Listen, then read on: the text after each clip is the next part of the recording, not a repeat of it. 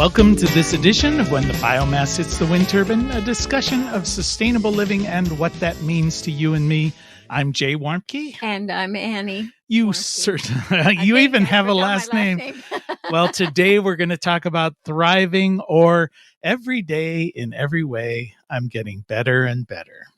I don't think that's what thriving Well, means. Go for that. But I thought it was kind of cool because I looked that up because, that's one of those little trite little sayings that you hear. And apparently it's attributed to a fellow named Emil Q, who was talking about basically spontaneous auto-suggestion. That was his thing, saying if you tell yourself you're feeling better, you will feel better. Well, in fact, he was a pharmacist, and he began to see the value of placebo. So he would give placebos to his customers. He was in France, so he's a real pharmacist. Get away from yeah. So he would give them, and he would put a note in it telling them how effective it was, and then he started to see that he could treat these people and they would get better. So he set up a clinic, and he was treating literally tens of thousands of people for free on how to feel better about themselves and how to thrive. So it's an appropriate little quote. Well, there's a lot of science to that being true. And if you think about it, that you talk to yourself an average of 15,000 words a minute. And if you're telling yourself you're a piece of crap at 15,000 words a minute, or you're telling yourself, I feel good, it's got to have an impact. It definitely on the immune system, on the people around you. But the thing I will say is there's this guy, Dan Buettner, and he wrote a book called Thrive. And he said sort of the same thing as you, that thriving is really about believing that tomorrow is going to be better than today. And I absolutely disagree with that, because I think it's so much more than that. And that's what we're going to talk about today. I thought you were disagreeing that tomorrow's going to be better than today. No, I believe. Well, you're pretty good at saying today's great. Today's wonderful. Right, but I'm not living for the future. Yeah. I'm saying today, this moment that I have in my life feels really good to me, or I feel really positive, I'll say I'm super content. But I just feel like if we're always living in the future, then we're missing a whole lot right now. Well, it seems to me in our society, and we've had this conversation before, we seem to have a weird mix going on, and I don't see how, where people feel like they're the center of the universe, they're the most important thing in the universe, everything is about them, they have no empathy for other people.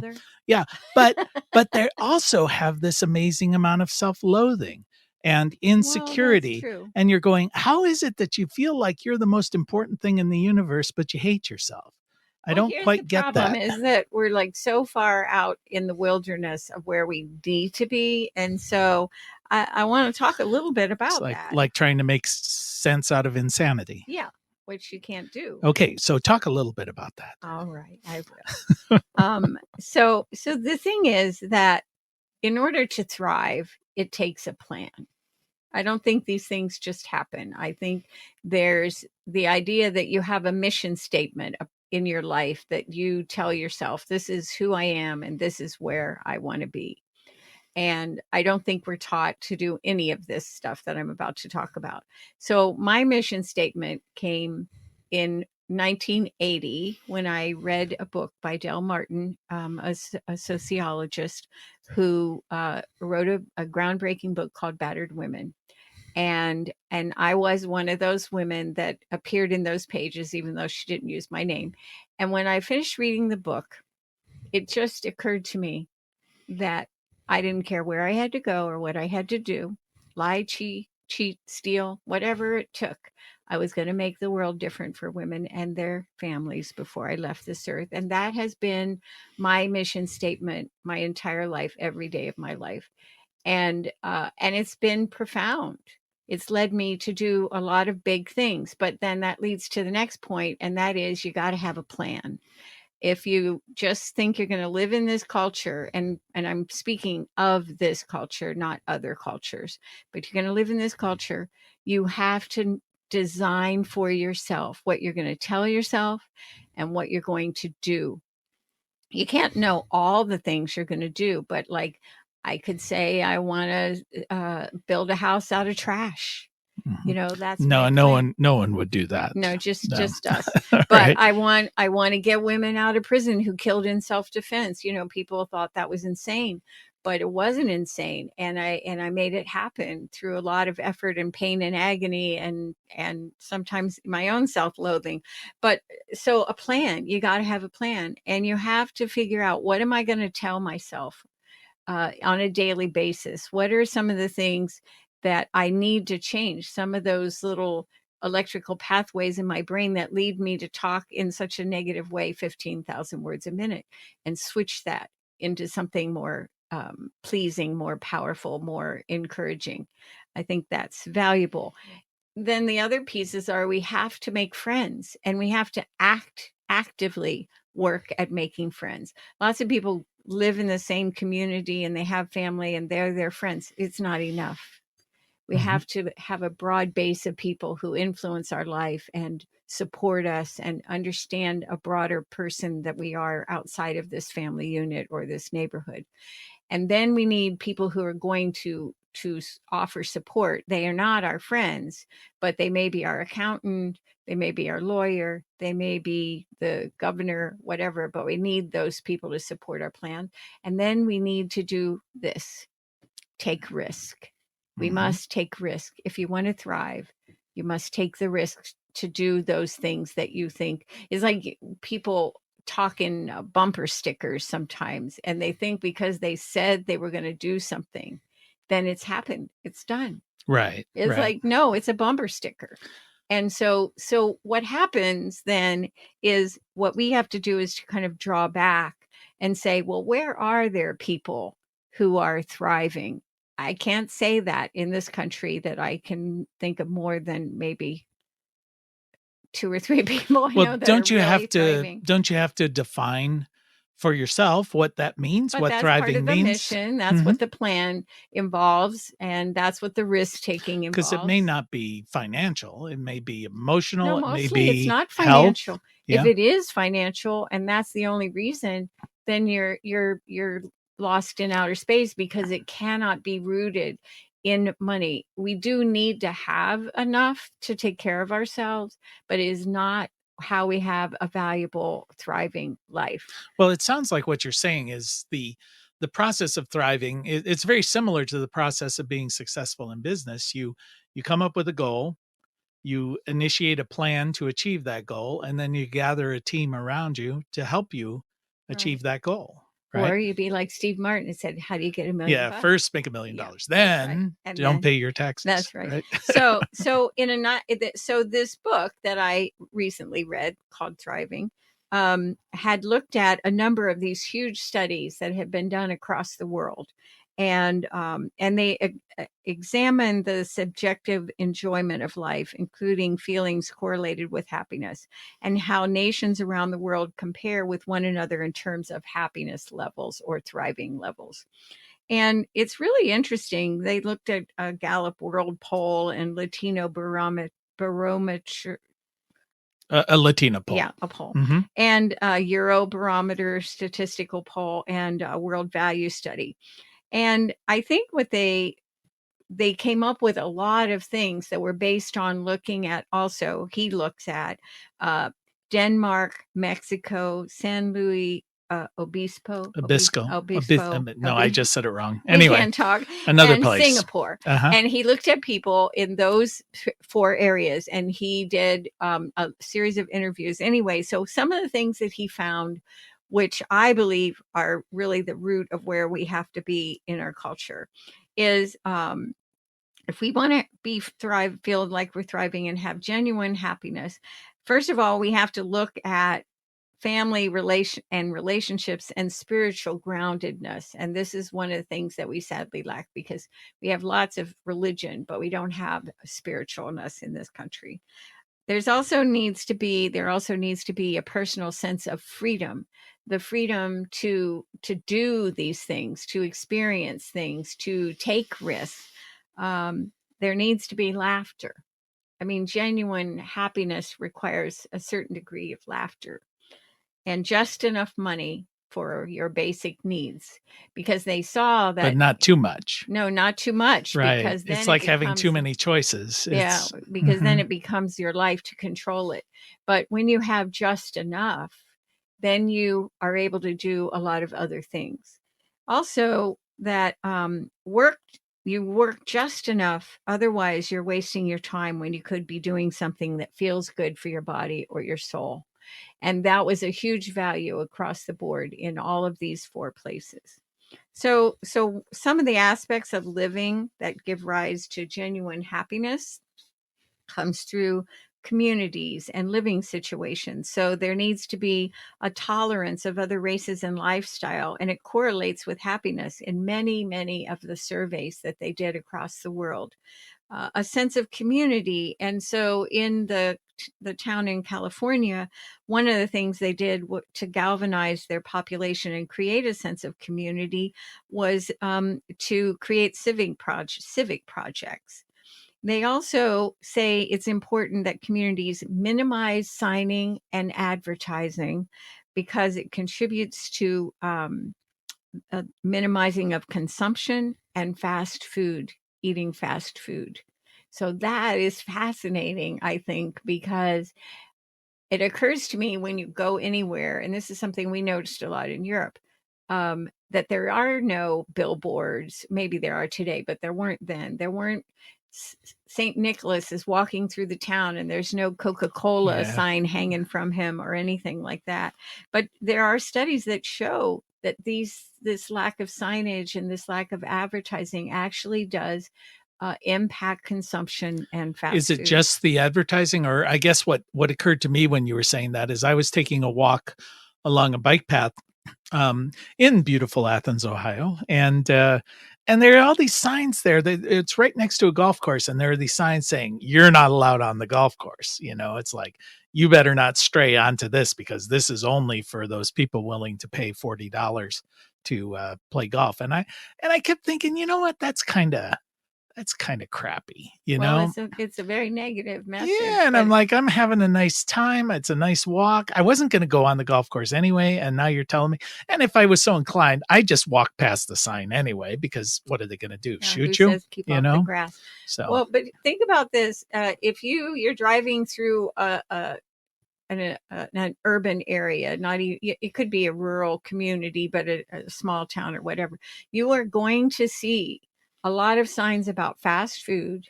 You're going to see a lot of signs about shopping, and it's all going to direct you that you need that thing that's being shown. They have all these signs now that have movies, and even at the gas station, right. Yeah, you it can't fill up your bombards tank. you with a film. Well, and the purpose of advertising at its core is that you are lacking something that you need. Absolutely. They So that said feels like not thriving. no, and like the TV show Friends.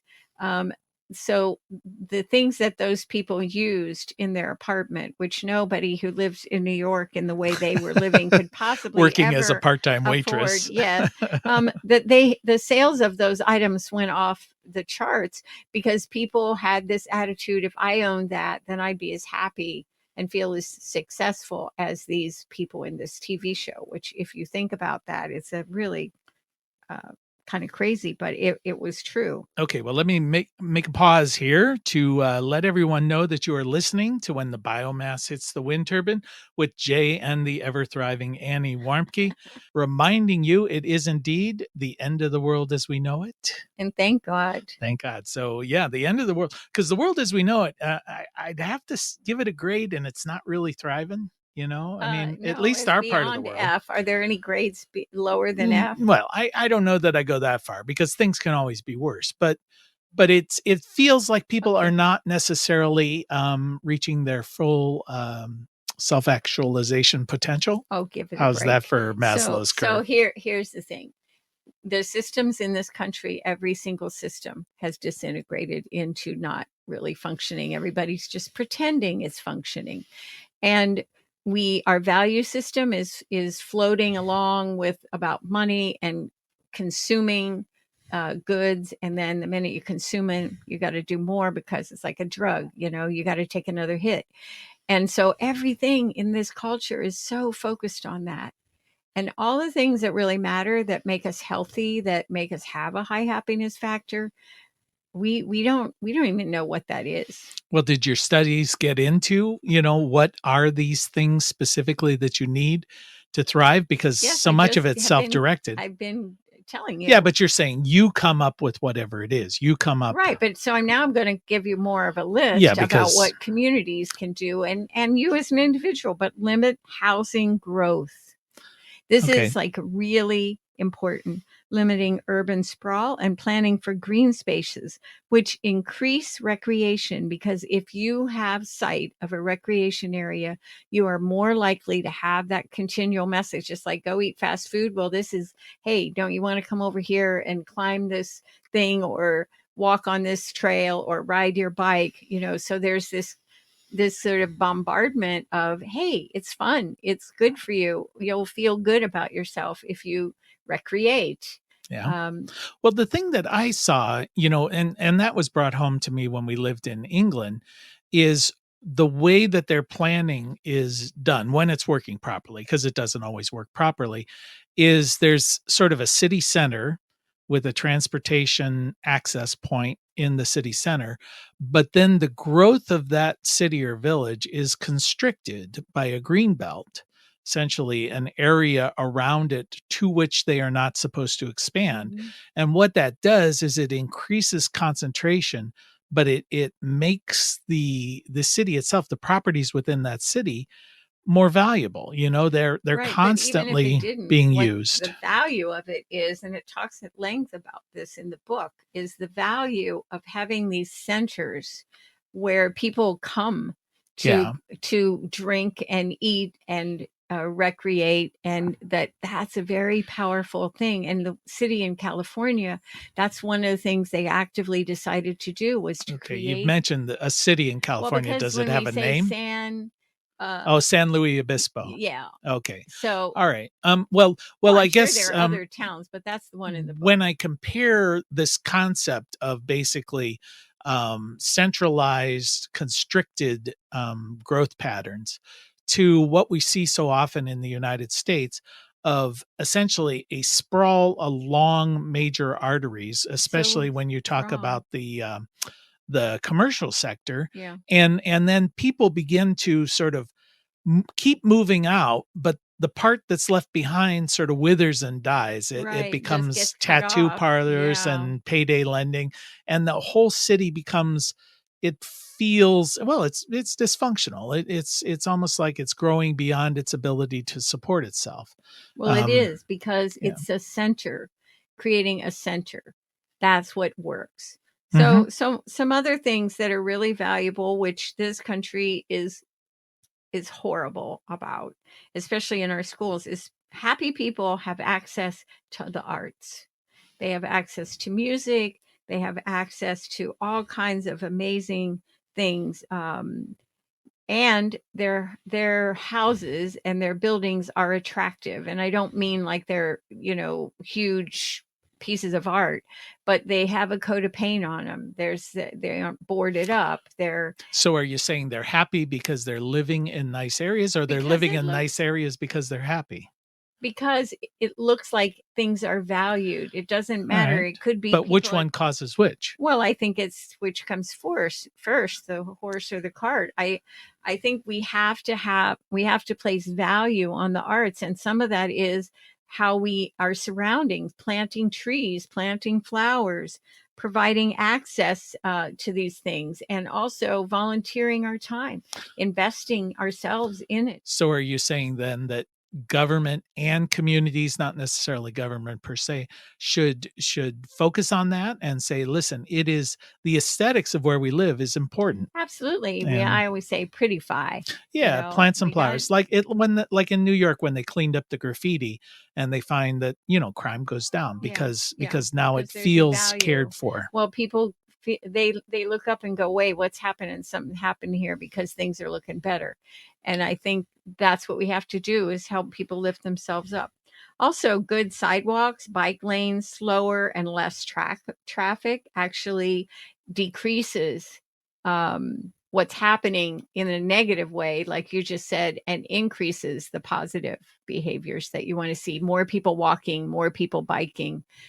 So again, and this is often the role of government, which government has completely washed their hands of any of this kind of stuff.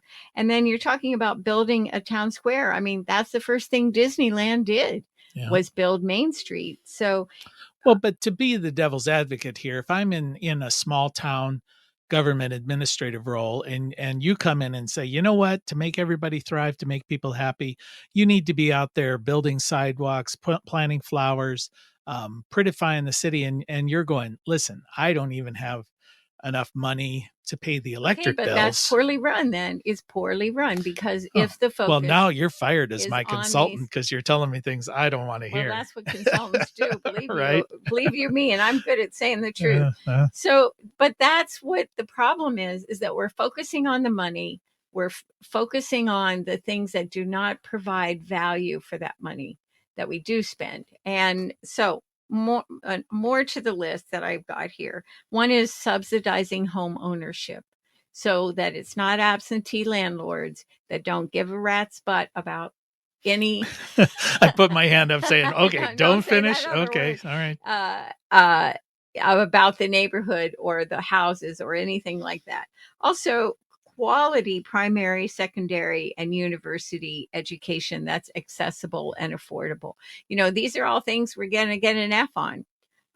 Striving for status and economic equality, so that all people in the most reasonable way have status, that have a place at the table, that, like home ownership, an awful lot of people would probably like to own a home and would have a whole different attitude about their neighborhood if they did. Building an environment of trust. And one of the things that they found, that if a person does not feel safe, they are not going to take the risks it takes to be happy and thriving. Well, isn't that just back to that Maslow's hierarchy? You know, you've got, I need to have enough to eat. I have to feel safe. I have to have a secure place. I need shelter.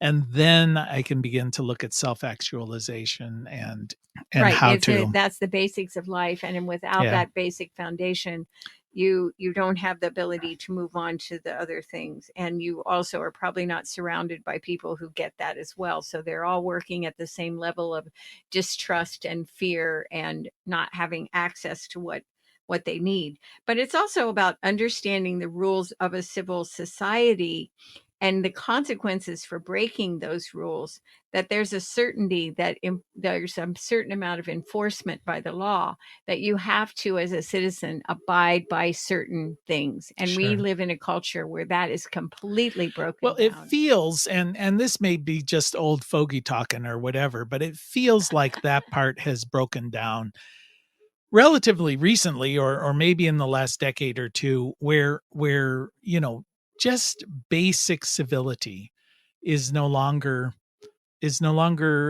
present. I was commenting driving back from a class that I taught, where people merging onto the highway, I did not see one person who, as they merged onto the highway, gave way to the existing traffic. It's like, you will get out of my way. I don't care that you have the right of way. I'm here. I'm going to take it. And I saw maybe half a dozen potential wrecks, almost narrowly avoided, just because people were not being civil. I mean, it can Well, kill you. I know. But I think the other piece of that is that we live in an education system that does not promote any kind of civility. It doesn't talk about uh, contributing to a community. It doesn't talk about voting and what we should do as citizens. There's none of that. Um, there's none of that. The civility where, and people are not taught about being polite.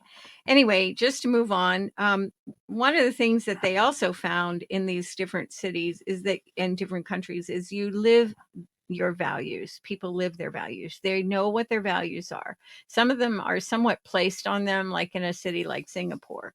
But then there are good outcomes that come. So there's a big detriment if you don't live your values, a big detriment to happiness and thriving. And you have to set your priorities and values, and then you live your life as that's your lens that you look through everything that you do. Mhm. And so when I say, I'm going to change the world for women and their families, I don't care what I have to do, that's the lens that I pass everything through in my life.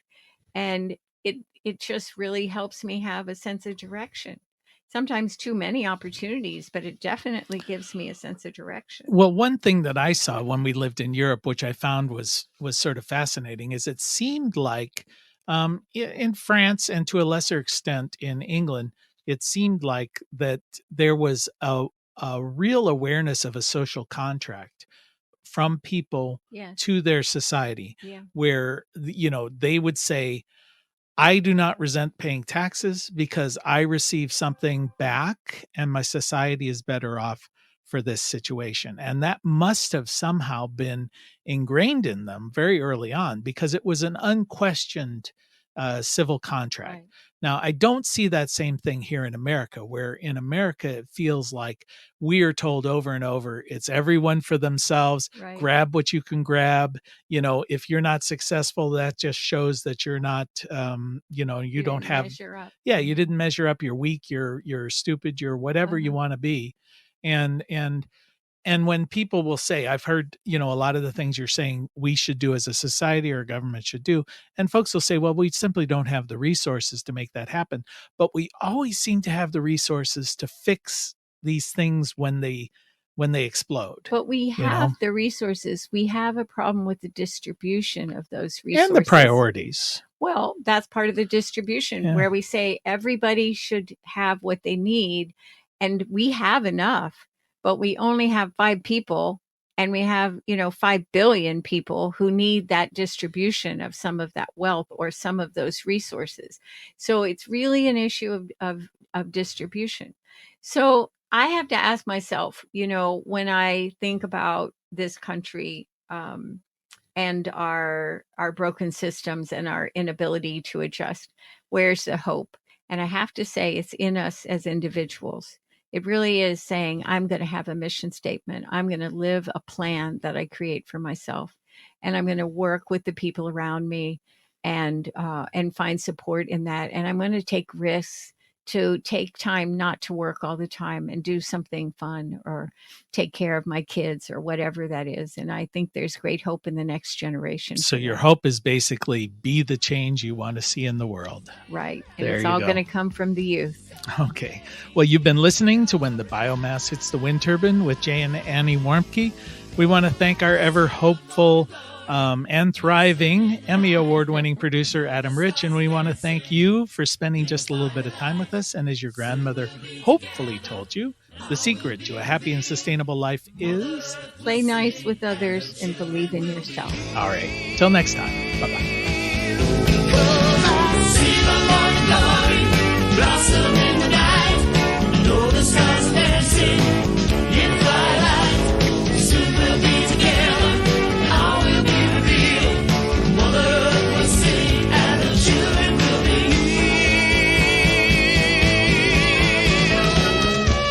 You can find more information on living sustainably in our unsustainable world at bluerockstation.com.